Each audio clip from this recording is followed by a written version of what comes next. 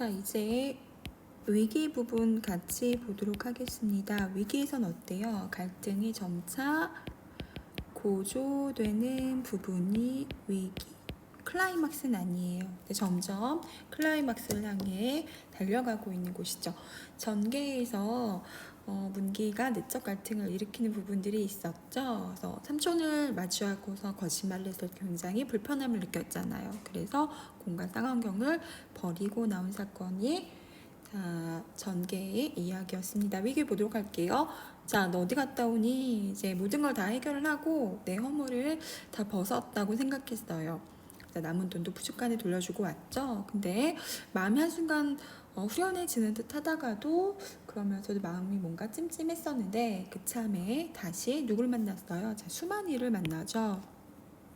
그러면서 수만이 이제 신났습니다. 어깨에 팔을 하나 딱 걸치면서 우리 약속한 환등을 사러 가자라고 해요. 환등기를 사서 영사기를 돌려주면서 친구들한테 보여주면서 이제 1원인가요? 받으면서 용돈을 할 요량이었잖아요.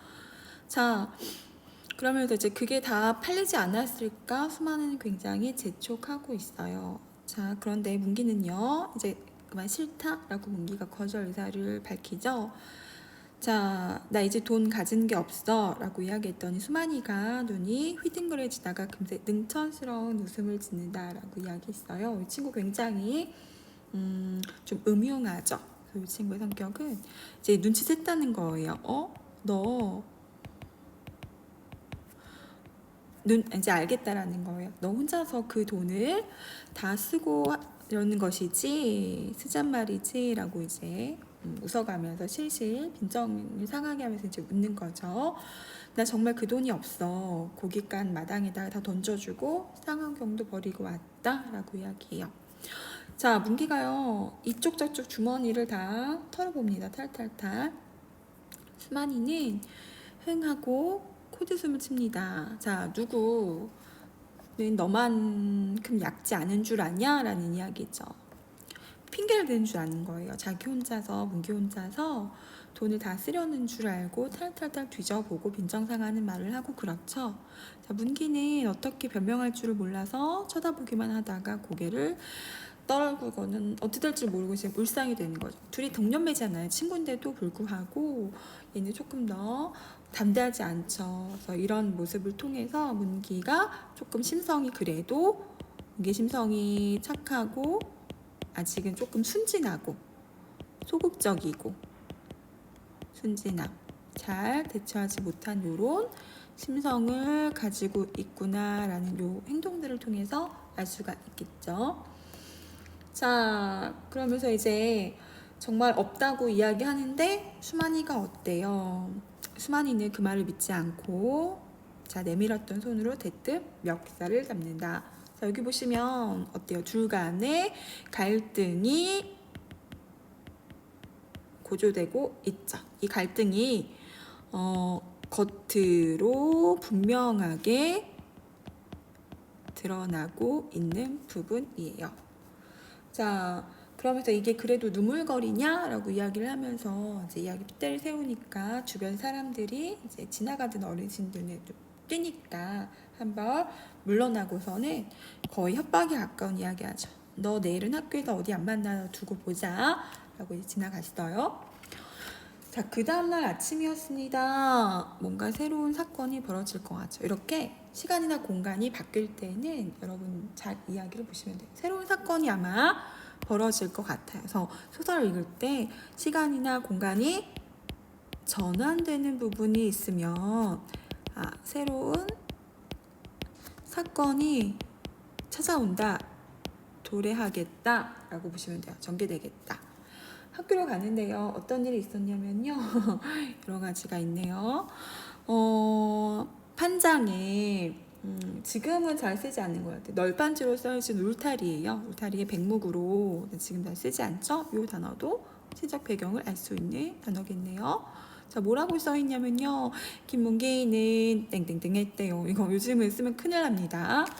자, 이렇게 있었어요. 그러니까 얼마나 마음이 덜컹하겠어요. 그리고서는 누가 볼까봐 모자를 눌러 쓰고 이름 석자만 지워버렸어요. 근데 그 앞에 자, 수만이가 일그러진 웃음으로 자기를 지켜보고 있었어요. 이때의 웃음은 어때요? 수만이 웃음은 비웃음이겠죠.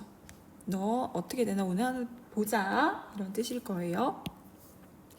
자, 너 정말 돈만 두고 쓸 테냐? 그럼 요건 약과다. 따라오면서 추근추근 계속 쫓아다니며 은근히 골리었어요.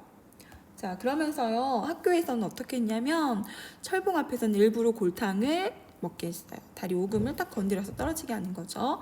그 다음에 달리기 경주 연습을 할 때는 일부러 달려들어서 문기 앞으로 달려들어서 몸을 부딪혀서 넘어지게 하는 거 하면, 자, 은근히 둘이만 만났을 때는, 단둘이만 으슥한 곳에서 만날 때면은 너 내가 이야기 안 풍길 줄 아냐. 자, 풍기다 라는 말은요, 소문을 내다 라는 뜻이래요. 선생님도 이런 말을 잘 쓰는데, 자, 소문을 내다. 너 내가 이거 소문을 안 낼 줄 알아? 내가 소문 낼 거야. 두고 봐 라고 결국 뭐 하는 거예요? 문기는 를 향해서 계속 협박하고 있는 거죠. 자, 이러한 태도를 통해서 우리가 이 친구 수만이 성격을 조금 짐작해 볼 수 있을 것 같아요. 급기야는요, 다음 교실 시간에 이제 실판 한가운데 들어가서는 어떻게 놀랐냐면, 김문기는 땡땡땡 했다, 이 뭐겠어요? 도둑질 했다라는 것이죠. 그래서 나는요, 문기는요, 실로 눈앞이 너무 깜깜했어요. 얼마나 지금 친구한테 협박을 당하는데 절망하겠어요. 내가 지금 잘못했잖아요. 거스름 돈을 제대로 안 돌려주고 삼촌한테도 거짓말을 했어서 그거에 대한 지금 마음 불편한 죄책감이 있는데, 친구마저도 이렇게 하니까 눈앞에 이제 헤어날 방법이 없는 거죠. 자, 그런데요, 계속 이 친구는요, 그만두질 않았어요. 그래서 이 친구의 어때요? 집요한 성격을 알 수가 있죠. 집요하구나. 이런 친구 무서울 것 같아요. 같이 있으면. 자, 그러면서는 이제는 도적질을 거꾸로 이야기하면서 이제 점점점 그 협박해오는 강도가 세지는 거예요. 질적도 했대요 라고 이제 이야기를 떠들면서 다니죠. 자, 그러면서 문기가 집 가까이 다들었을 때 수만이가 문기 앞으로 다가서면서 작은 음성으로 조졌대요. 조진단 말은 단속하다라는 말입니다. 너 지금 가지고 나오지 않으면 내일 가만히 안 둘 거다. 도둑질했다고 똑바로 이번에 써놓을 것이다. 처음에는 문기가 협박하는 수준이 크지 않았어요. 그런데 점점점 이제 강도가 세지고 직접적으로 협박하고 있죠. 그래서 이러한 협박하는 태도를 통해서 수만이가 비열한 캐릭터다, 성격이구나 라는 것을 짐작할 수 있을 것 같아요. 여러분, 그러면 우리 여기 말 나온 김에 한번 정리해 볼까요? 하단에. 자, 지난 시간에 조금 언급했던 것 같은, 선생님이 잘못 얘기해 준 것 같기도 해서 다시 한번 정리할게요. 자, 소설에서 인물의 글씨가 이상하네요. 다시 한번 지워보도록 할게요. 자, 인물의 성격을 어떻게 제시하느냐, 방법이 두 가지가 있어요. 자, 첫 번째는요, 서술자가 직접적으로 이야기하는 거예요. 직접적 제시. 자, 이를테면 이 글을 이끌어가고 있는 화자가 있잖아요. 화자가 직접적으로 수만이는 굉장히 비열했어, 그래서 문기를 협박했어, 이렇게 이야기하면 수만이의 캐릭터를 직접적으로 제시해 주는 거죠. 자, 이런 건 직접적인 제시 방법이라고 해요. 그래서 다른 말로는 똑같은 말로 직접 말해준다, 그래서 말하기 방식이라고 해요. 자, 요거는 대체로 이 화자나 서술자가 설명의 방식으로 이야기를 해주는 방법입니다. 근데 반면에 이렇게 하면은 우리가 한눈에 이 친구의 캐릭터를 파악하기는 쉽지만 재미는 없어요. 두 번째는 이렇게 안 하고요, 간접적으로 인물의 성격을 제시해주는 방법이 있습니다. 다른 말로는 보여주기, 둘 다 같은 말이에요. 방식이라고 합니다. 자, 이건 뭐냐면 말 그대로 성격을 직접적으로 캐릭터가 문기는 비열해, 그다음 굉장히 집요해, 이렇게 얘기 안 했죠. 이 소설에는 잘 보세요. 이 소설에는요, 문기는 조금 소심한 것 같아요. 순박하고 그래도. 근데 수만이는 비열하다라는 걸 우리가 어디서 유추할 수 있냐면 이 둘 간의 대화나 행동을 눈에 보듯이 그려준 거, 묘사라고 하죠. 요렇게 설명해줘서 우리가 결국은 독자가 스스로 성격을 유추할 수 있게끔 설명해 줍니다. 이런 방법을 인물의 성격 제시 방법에서 간접적 제시 방법이라고 해요. 자, 이 부분은요 조금 알고 계시면 좋을 것 같아요. 자, 별표 한번 쳐볼게요. 자, 이렇게 방법. 그러면 여기서 제시해주는 방법은 어떤 걸까요? 자, 2번이죠. 간접적으로 성격을 제시해주고 있다. 행동을 통해서. 자, 그럼 본문 다시 진행해 보도록 합시다. 문기는 여전히 못 들은 척 하죠. 근데 이제 마음이 너무 둥근둥근 콩닥콩닥 거리고 이제 그랬을 거예요. 자, 그리고 집에 들어갔더니 숙모가 이제 모종을 신고 있었고요. 그 옆에는 누가 있었냐면 일을 도와주는 아이가 같이 있었나 봐요. 예전에는 이렇게 부유한 집에서는 조금 유모처럼 아이를 도와주는 아이들이 집에 왔을 때 이제 밥을 먹여주고 키워주는 조건으로 그 집에 가사일을 도와주는 이런 아이들이 있는 집도 있었대요. 근데 자, 붓장 지금으로 말하면 그냥 붙박이 장 정도로 볼 수 있을 것 같아요. 그 안에 동전과 지전이 얼마간 있었던 것 같아요. 지전도 지금 잘 사용하지 않는 말이네요. 자, 근데 이 친구가 어때요? 자, 두 번째 허물을 범하고 말았습니다. 즉, 두 번째 도둑질을 지금 또 한 거죠. 자, 그리고는 수만이에게 이제 갖다 준 거죠. 수만이가, 자, 이제 수만이 얼굴에다 너무 기분이 상하니까 뺨을 때리듯이 돈을 이제 떨어져. 이 돈 먹고 떨어져. 라고 이야기하는 거죠. 그리고 급한 걸음으로 문기는 내 거리를 지나서 막 뛰어가기 시작했어요. 그런데요, 걸음이 차차 이제 수만이로부터 헤어났잖아요. 신나야 될 텐데요. 점차 풀이 죽어요. 힘이 없어요. 자, 왜 그럴까요? 내가 잘못했다라는 것을 스스로 깨달은 거죠.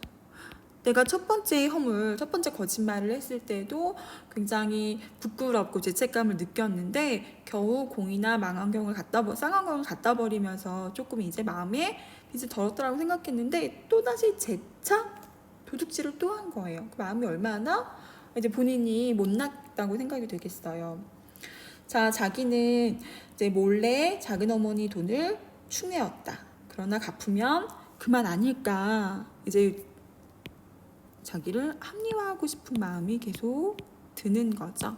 이런 갈등이 벌어집니다.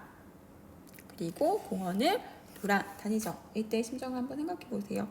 자, 날이 저물어서 풀이 죽어서야 마루 집에 걸터 앉았어요. 근데 이제 그때 작은 어머님이 오셔서 너 붓장의 돈을 혹시 건드렸니? 라고 이야기해요. 그러다가 이제 네가 들어오는데 내가 괜한 질문을 했네. 그러면서 점순이를 도둑이라고 단정지으면서 이야기를 하죠. 자, 문기는 이야기를 잠잠히 듣기만 했어요. 그러니까 내가 거기서 이야기를 안 하면 내가 저지른 거잖아요. 안 하면 점순이가 누명을 한다는 걸 알면서도 속으로는 나중에 그냥 내가 아프면 되겠지라고 계속 자기 합리화를 하고 있는 부분이에요. 이게 너무 괴로우니까 자기 합리화를 하는 거죠. 그래서 이 부분을 보면 작은 어머니가 점순이를 의심하는 이 부분에 있어서 얼마나 내가 마음이 불편했겠어요. 그래서 내 마음이 굉장히 고민이 들었다. 내적 갈등이 두드러지는 부분이다 라고 볼 수 있겠네요. 그리고 그날 밤이었는데요.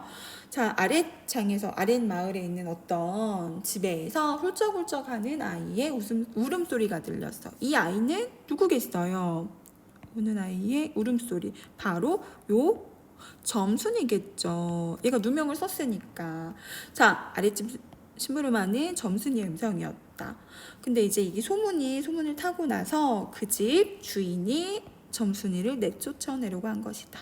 동네 사람들이 모여서 지껄지껄 하더니 이제 훌쩍훌쩍 우는 소리만 남아 있고요. 나는 어때요? 마음이 굉장히 너무 불편하죠. 자, 여기까지가 이야기의 위기에 해당할 것 같습니다.